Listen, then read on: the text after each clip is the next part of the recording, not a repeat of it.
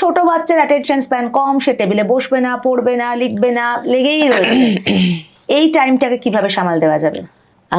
Generally এখনকার পেরেন্টসদের আমি suggest করব authoritative parenting, which is a kind and farm parenting. Right. এটা ফলো করতে, এবং এই পেরেন্টিংয়ের হাত ধরেই এই ইভিনিং স্টাডি টাইমের কনসেপ্টটা আসে।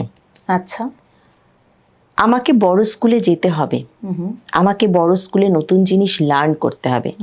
শুয়ে শুয়ে লার্ন করলে আমার ঘাড়ে ব্যথা হবে, তো আমাকে বসা প্র্যাকটিস করতে হবে। Okay. So let start a fix time, 45 মিনিটের জন্য। This is our brain activity time. পড়াশোনাটা নাই বা বললাম, দুদিন বাদে বললাম, ব্রেন অ্যাক্টিভিটি টাইম সবসময় বসে করতে হয়। এই করে ইন্ট্রোডিউস করতে হবে ইভিনিংগুলো।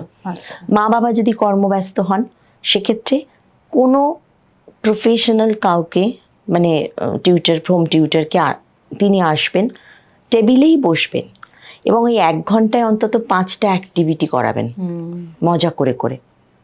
প্রথমে মজা হবে কালার চেনা, তারপর একটু স্ক্রিবল রাইটিং, তারপর পেন্টিং, তারপর বিল্ডিং ব্লক করা। এই করতে করতেই একটা 45-40 মিনিট কেটে যাবে, ওরও অভ্যাস হয়ে যাবে সন্ধ্যেবেলা এই সময় কিছু কাজ করতে হয়। This is the way.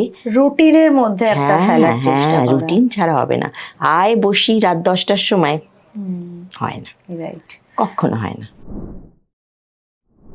সম্পূর্ণ ভিডিওটি দেখতে ভিজিট করুন আমাদের ইউটিউব পেজ দ্য ওয়ার্ল্ড আরোগ্য।